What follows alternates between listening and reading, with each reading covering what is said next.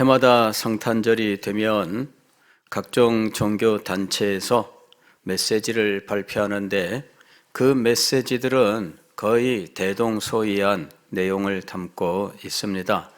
이 땅에 있는 모든 사람들에게 평안이 임하기를 구하는 메시지의 내용이 이 모든 축하 메시지의 내용입니다.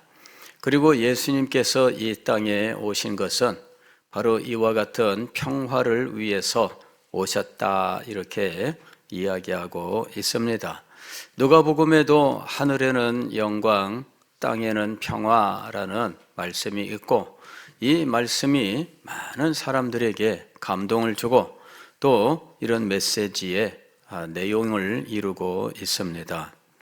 아마도 이것은 평화를 바라는 모든 사람들의 마음이 아마 거기에 그대로 반영되어 있는 것이 아닌가 하고 생각을 합니다. 문제는 예수님이 이 땅에 오신 의미를 왜곡할 위험이 있다 하는 것입니다.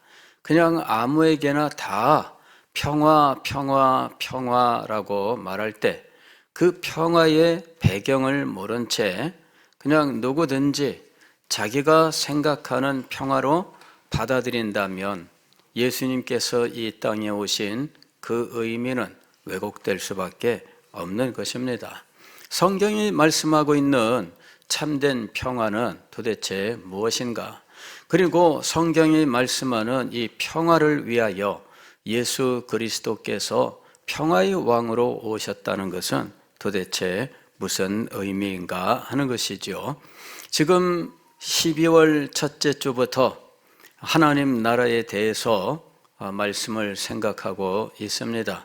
하나님 나라의 왕으로 오신 예수 그리스도를 주제로 해서 우리가 말씀을 생각 중에 있는데, 이 메시지가 담고 있는 의미가 바로 이것입니다.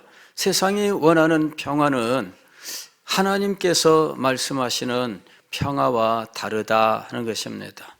하나님께서 우리에게 말씀하시는 이 평화를 알지 못한 채 세상에서 말하는, 일반적으로 우리가 일상생활 속에서 말하는 평화로 생각한다면 예수님은 그냥 세상의 평화를 위하여 오신 분이다, 이렇게만 생각할 수 있는 겁니다.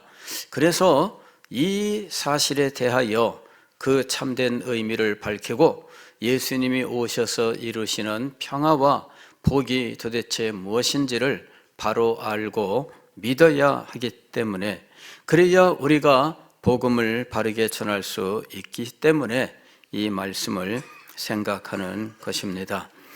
어제 우리는 하나님께서 우리의 참된 왕이시다라는 사실에 대해서 생각을 했고, 이스라엘 나라는 하나님이 왕 되심을 거부하는 이스라엘 백성들에게 하나님께서 허용하신 것에 불과했다. 그리고 그 결과 이스라엘은 실패했다라는 사실에 대해서 함께 생각을 했습니다.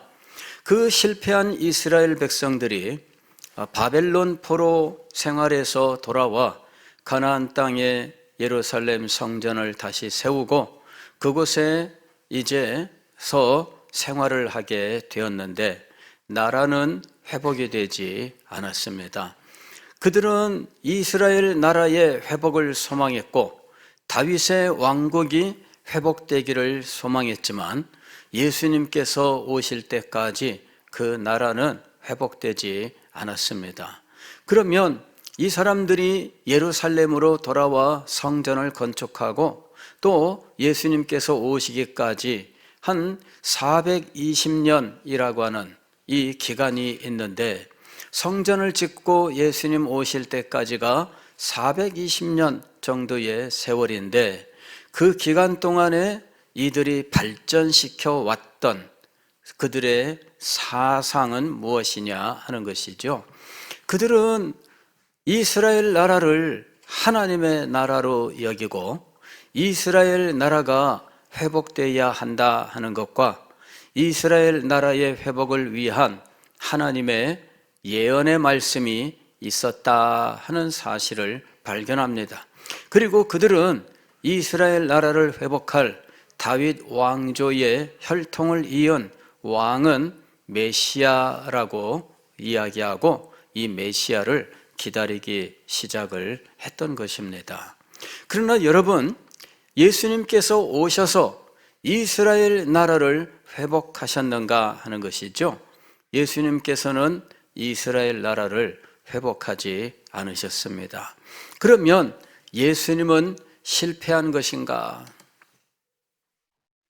예수님은 이스라엘 나라를 회복하시는 메시아가 아니신가? 그런데 왜 예수님은 이스라엘 나라를 회복하지 않으셨는가? 왜 그분은 십자가에서 죽임을 당하고 그 모든 것들이 십자가의 죽음으로 끝났는가? 이스라엘 나라의 회복이라고 하는 입장에서 보게 되면 예수님은 이스라엘의 왕도 아니고 또 예수님은 죽음으로 인하여 왕이 될 수 있는 기회가 사라진 실패자라고 말할 수밖에 없는 것입니다. 어떻게 예수 그리스도가 왕이신가? 그리고 오늘 우리가 예수 그리스도의 나심을 기뻐하고 축하하는가? 또 예수 그리스도께서 어떻게 평화의 왕으로서 이 땅에 참된 평화를 이루는가?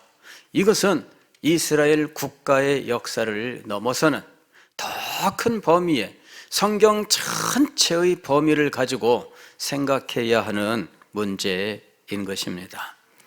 성경은 이 세상이 하나님께서 창조하신 피조 세계이며 이 피조 세계가 하나님을 왕으로 모시는 하나님의 나라라고 말씀하고 있습니다. 그러나 이 하나님의 나라를 하나님께서 직접 통치하시는 것이 아니라 하나님의 형상을 가진 존재가 하나님의 형상을 따라 이 세상을 통치하는 대리 통치의 방법으로 이 나라를 통치하기를 원하셨던 겁니다. 창세기 1장 26절 말씀을 보면 하나님께서 우리의 형상과 우리의 모양대로 사람을 만들고 그리고 그들로 하여금 창조된 이 세계, 땅에 있는 것들과 공중에 있는 모든 것들을 다스리게 하자 이렇게 말씀하고 있습니다. 이 다스리게 하자라고 하는 이것이 바로 통치, 나라를 의미하는 것입니다. 땅에 있는 것들과 하늘에 있는 것들을 통치하는 존재, 이것이 인간입니다. 하나님께서 인간을 창조하시되 그를 통치자로 창조하셨습니다. 그리고 그가 통치자로 통치할 수 있도록 하나님의 형상대로 창조하신 것입니다. 하나님의 형상을 가져야 통치를 할 수 있습니다. 하나님의 형상을 가져야 하나님을 대신하는 통치자가 될 수 있습니다. 그래서 인간은 하나님의 형상대로 지음을 받고 다스리는 존재로 이 세상에 보냄을 받은 겁니다. 하나님께서는 창조 세계 가운데 에덴 동산을 두시고 그 에덴 동산에 아담과 하와를 두셨습니다. 그리고 그들은 그곳에서 이 세계를 통치할 수 있는 훈련을 받게 되었던 것입니다. 아직도 에덴 동산 밖은 에덴 동산과 같은 조건으로 번창하고 있지 못합니다. 그곳은 경작하는 사람이 없기 때문에 황무지가 되어 있고 그리고 기후에 따라서 무성하게 자라난 나무들과 풀들이 얽히고 설키면서 이제 제멋대로 되어 있는 상황입니다. 이 땅은 인간의 경작을 기다리고 있습니다. 그들이 생육하고 번성하여 땅에 충만하게 되면서 이 세상을 경작하고 세상에 있는 모든 것들을 다스리는 통치자로서 하나님의 나라를 이루어 가야 했던 것입니다. 그리고 이 하나님의 나라를 이루어 갈 수 있도록 인간과는 하나님께서 계약을 맺으셨는데 그 계약이 우리는 행위계약이라고 부르는 겁니다. 이 행위계약을 통해서 그는 순종을 배워야 했던 것입니다. 통치자가 배워야 하는 덕목이 참 많이 있겠습니다. 옛날 조선시대에도 왕자에게 교육을 시켰는데 궁 안에 서당을 따로 교육기관을 두고 그리고 최고의 학자들이 와서 이 왕자들을 가르쳤습니다. 이런 일들은 동서고금의 왕가에 언제나 존재하고 있었던 것입니다. 애굽에서도 역시 모세가 공주의 아들로서 왕궁에서 자라날 때 그도 역시 왕궁에서 가르치는 통치자의 교육을 받았다 하는 것이죠. 이것은 어느 시대에나 어느 왕국이나 다 존재하는 것입니다. 왕이 되기 위하여 그는 가르침을 받아야 했습니다. 왕자가 되고 공주가 되기 위해서 왕족으로서 살아가기 위하여 교육을 받아야 했습니다. 그리고 그 교육은 그 시대 그 세상에서 최고의 교육이 될 수밖에 없습니다. 최고의 교육을 제공하는 이유는 그가 왕족이기 때문이죠. 왕이 되어야 하기 때문입니다. 가장 고귀한 혈통을 가지고 있는 존재에게는 최고의 교육을 제공하고자 했던 것입니다. 에덴 동산에서 하나님께서 아담과 하와에게 바로 이와 같은 교육을 시행하셨는데 그 교육이 행위 언약으로 세워진 겁니다. 이 행위 언약에서 가르치시는 것은 순종이었습니다. 즉 통치자가 될 사람이 배워야 하는 가장 중요한 것은 순종이라고 하는 것입니다. 순종을 알지 못하고 그냥 군림하는 것만 배운다면 그는 참된 통치자가 될 수 없습니다. 그래서 하나님께서는 인간에게 먼저 순종을 가르쳤던 겁니다. 그가 순종을 배워야 하나님께서 그에게 주신 이 통치의 사명을 바로 감당할 수 있었던 것이지요. 순종을 모르는 자는 하나님에게 순종할 줄 모릅니다. 하나님에게 순종할 줄 모르는 자는 참된 통치자로 하나님의 뜻을 이룰 수가 없습니다. 하나님께 순종을 배워야 하나님의 뜻을 따라서 통치할 수 있게 되는 겁니다. 하나님께 순종을 배우지 못하면 그는 하나님의 뜻을 따르지 아니하고 자기의 뜻대로 행하게 되는 것입니다. 이것이 순종을 배워야 하는 이유였던 것입니다. 그러나 우리가 아는 대로 아담은 그만 이 행위 계약, 순종을 가르치는 이 계약을 깨뜨리고 말았습니다.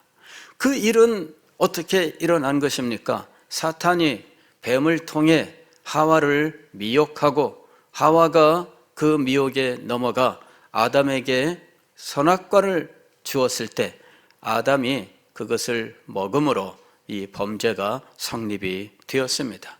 즉 계약이 깨져버렸습니다. 이것을 먹지 말라 하였는데 먹었던 것이지요. 그래서 계약이 깨어졌는데 그 일로 아담과 하와는 즉시 에덴 동산에서 쫓겨나게 되었습니다.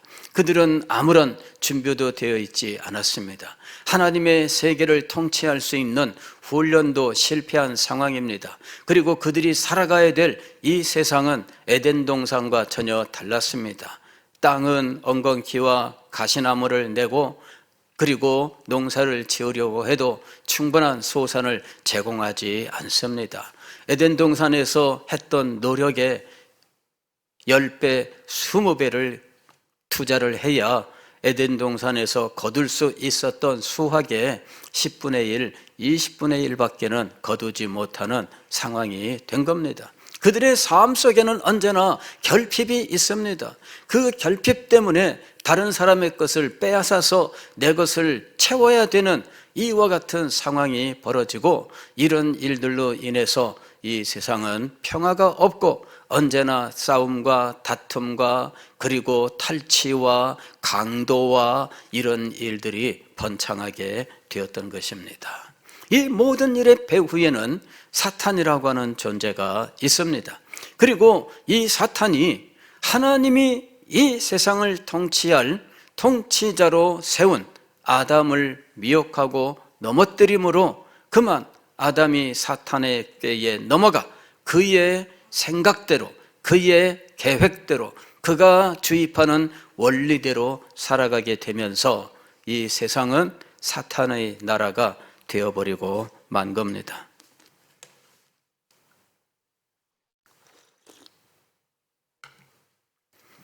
바벨탑 사건 이후에 인간의 언어가 혼잡하게 되고 말이 통하는 사람들끼리 흩어지게 되면서 세상에는 민족들이 생겨나게 되었고 이 민족들이 국가를 이루게 되었는데 이 민족 혹은 부족들이 이룬 국가들은 하나님이 없는 국가였습니다. 이것이 문제입니다. 하나님이 없는 국가를 세우고 인간의 뜻을 따라서 국가를 이루어 가는데 이 인간의 뜻은 항상 사탄의 괴계에 빠져 영향을 받고 있었습니다. 사탄이 주도하는 세상의 원리에 인간들은 따라가게 되었고 그리하여 세상의 원리는 사탄의 원리가 되는 상황이 되었던 것입니다. 그래서 시편 2편 1절과 같은 상황이 벌어진 겁니다. 어찌하여 이방 나라들이 분노하며 민족들이 헛된 일을 꾸미는가? 세상의 군왕들이 나서며 관원들이 서로 꾀하여 여호와와 그의 기름 부음 받은 자를 대적하며. 바로 이런 일들이 일어난 겁니다. 하나님의 나라라면 하나님의 형상을 따라서 통치가 이루어져야 됩니다. 하나님의 형상은 의와 거룩과 지혜라고 하는 것으로 이루어집니다. 의와 거룩과 지혜인데 인간이 타락함으로 말미암아 거룩을 상실하게 됩니다. 그래서 그는 그의 의와 그의 지혜는 왜곡되게 마련입니다. 거룩이 사라진 의와 지혜, 이것을 가지고는 참된 의의 나라를 이룰 수가 없습니다. 거룩이 있어야 의가 바로 세워지는 것입니다. 그러나 거룩을 상실하게 되면 의는 그 기준이 인간 혹은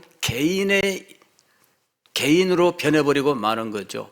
왕국이라면 왕이 그 의의 기준이 됩니다. 왕에게 유리한가, 왕에게 이익을 가져오는가, 이것이 의의 기준입니다. 그래서 세상의 모든 정책, 모든 것들이 왕의 이익을 이루는 방향으로 진행되어 나가는 거죠. 인간의 지혜는 무엇에 공헌을 하느냐 하면 왕의 이익을 극대화하는 쪽으로 공헌하게 되어 있는 거예요. 모든 참모들을 둘 때에도 왕의 이익을 극대화하는 쪽으로 참모들의 지혜를 활용하게 되는 것입니다. 자, 이 왕이 아니라 가령 귀족 정치로 가서 과두 정치 체제가 된다면 이 사람들의 이익 혹은 이 사람들이 대표하는 가문의 이익을 위하여 나라의 정책들이 세워지는데 인간의 지혜는 그쪽으로 발휘되는 것입니다.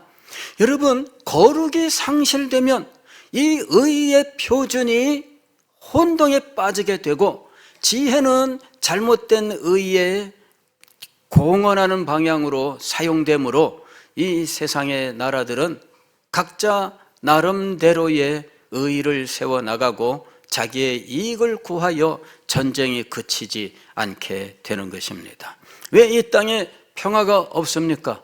인간이 하나님의 왕되심을 거부하고 타락함으로 그의 거룩함을 상실했기 때문에 의가 왜곡되고 이 왜곡된 의에 공헌하는 지혜가 결국은 이 국가의 이익을 따라서 전쟁으로 결과 나타나면서 이 세상에는 전쟁과 다툼이 있고 참된 평화가 사라지게 된 겁니다. 하나님의 나라가 이 땅에 참되게 이루어져야 참된 평화가 임하게 되는 이유가 바로 여기에 있습니다. 인간들이 아무리 평화를 추구한다 할지라도 평화를 참되게 이룰 수 없는 이유는 거룩을 상실했기 때문입니다. 20세기에 들어와서 두 차례 1차, 2차 세계대전을 겪고 수많은 사람들이 죽고 나서 이제 이 전쟁의 주역이 되었던 나라들이 앞장서서 다시는 전쟁을 하지 말자, 그리고 이것을 위하여 국제연합이라고 하는 기구를 만들고 여기에서 세계 평화를 위하여 의논하고 세계 평화를 위해서 노력하자 해서 국제연합, 즉 UN이라고 하는 것이 만들어졌습니다. 그러나 UN이 만들어졌지만 UN이 전쟁을 그치게 하기 위하여 단합했던 단 하나의 결정은 대한민국 6.25 사변 때입니다. 유엔군이 파견된 거죠. 그리고 그때 유엔이 결의를 하고 군대를 보내서 이 6.25 전쟁을 도왔던 거예요. 근데 그 일 하나 외에는 지금까지 이 유엔이 하나가 되어서 어떤 나라에서 전쟁이 났을 때 전쟁을 그치게 하는 일을 시행한 적도 없고 성공한 적도 없습니다.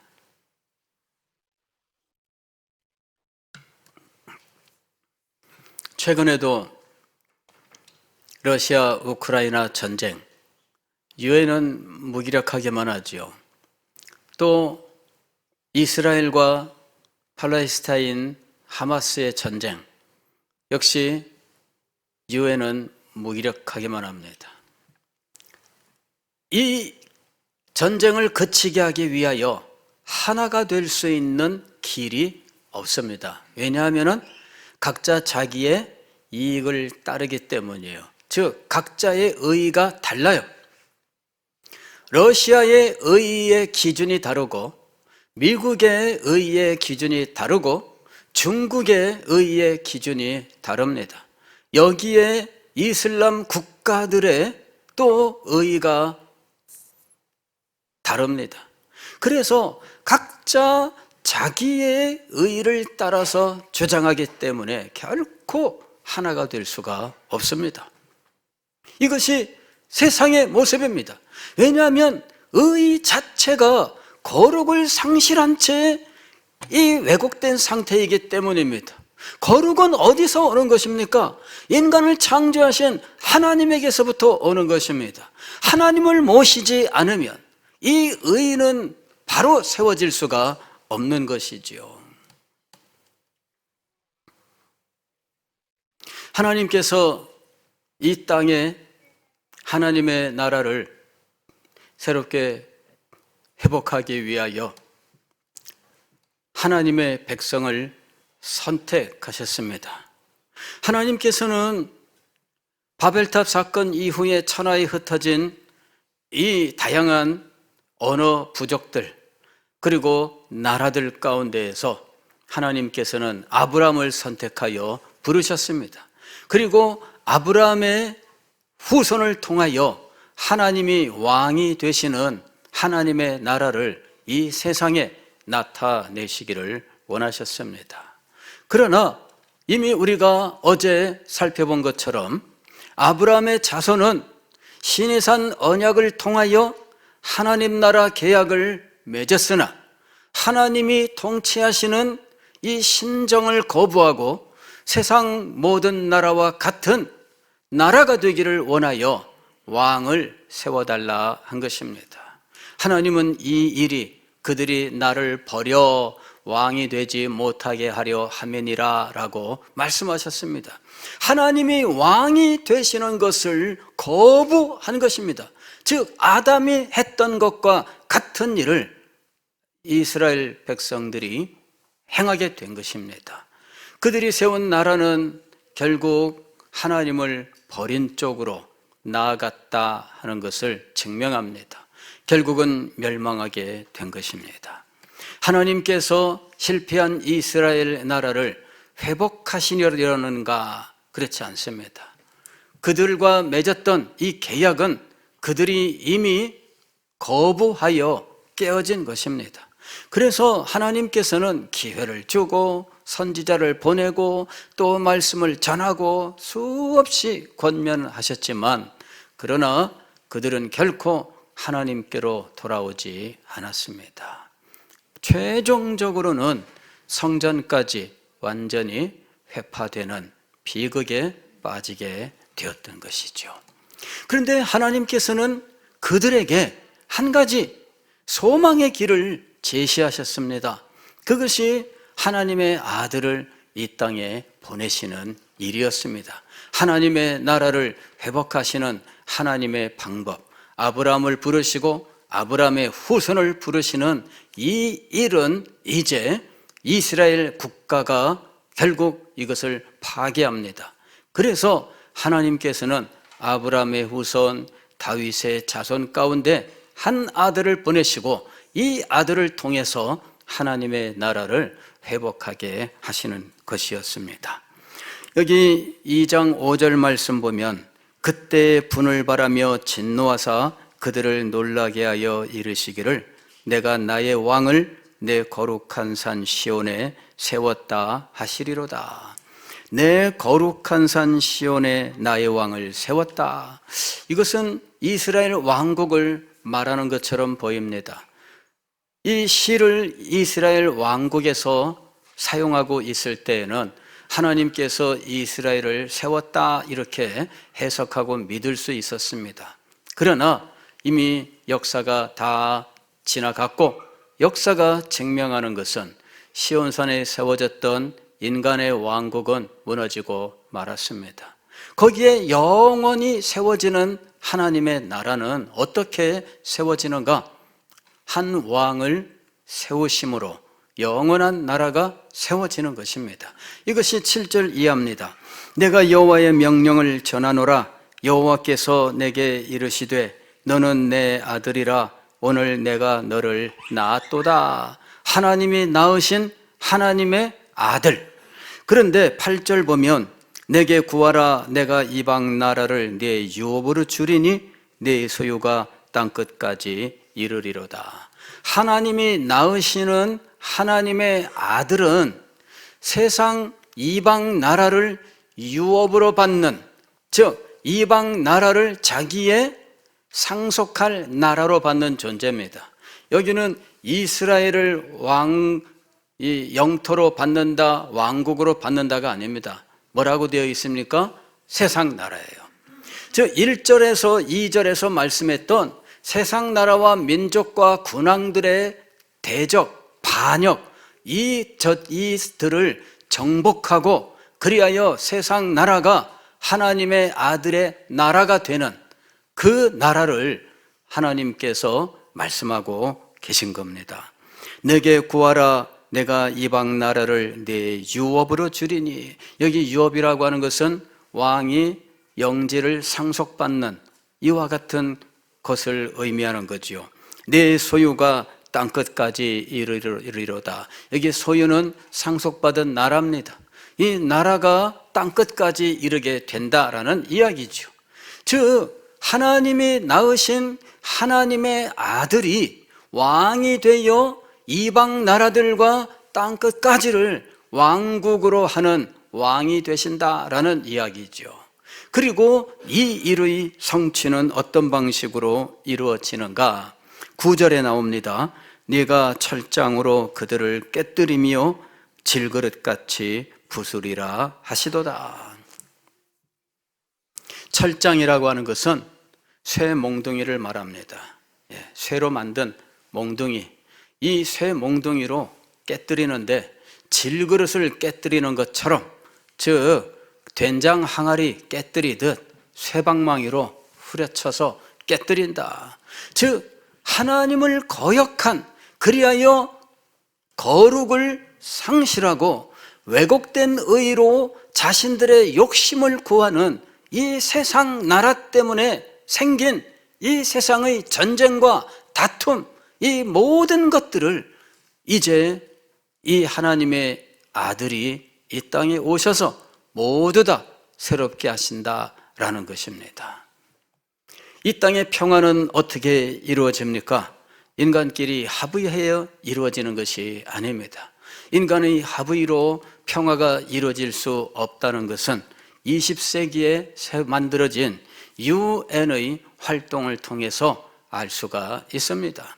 그 뒤로 벌써 75년 세월이 지났지만 유엔은 전쟁을 그치게 하는 데에는 무능합니다. 서로의 의의를 주장하는 자료로 변질되었습니다. 각자 이익이 합치하는 세력들끼리 연합하는 곳으로 변했습니다. 국가연합이 아니라 이익연합으로 변질되었던 것입니다. 아니, 변질된 것이 아니라 애초부터 그런 특성을 가지고 있었습니다. 어떻게 해야 참 평화가 이루어질 것입니까? 그냥 말로 이루어지지 않습니다. 이미지로 이루어지는 것이 아닙니다. 평화라고 하는 이미지를 만든다고 해서 평화가 이루어지는 것이 아닙니다. 평화라고 하는 단어를 높인다고 해서 평화가 이루어지는 것이 아닙니다. 하나님의 나라가 이루어져야 하는 것입니다. 의가 참되게 세워지기 위하여 하나님의 거룩이 임해야 하는 것입니다. 이 일은 하나님께서 당신의 아들을 보내어 이루시는 일입니다. 그가 오셔서 평화의 왕이 되시고 의의 왕이 되셔야 진정으로 세상의 평화가 이루어지는 것입니다. 예수 그리스도께서 왕이 되시는, 그리고 온 세상을 통치하시게 되는 하나님의 나라가 아담 이후로 온전히 회복되는 영광스러운 날을 우리가 소망하는 이유가 바로 여기에 있습니다. 우리 주님께서 이루실 그 영광스러운 하나님의 나라, 이것을 우리가 이 땅에 이루기 위하여 주님의 백성으로 살아가야 하는 것입니다. 기도하겠습니다.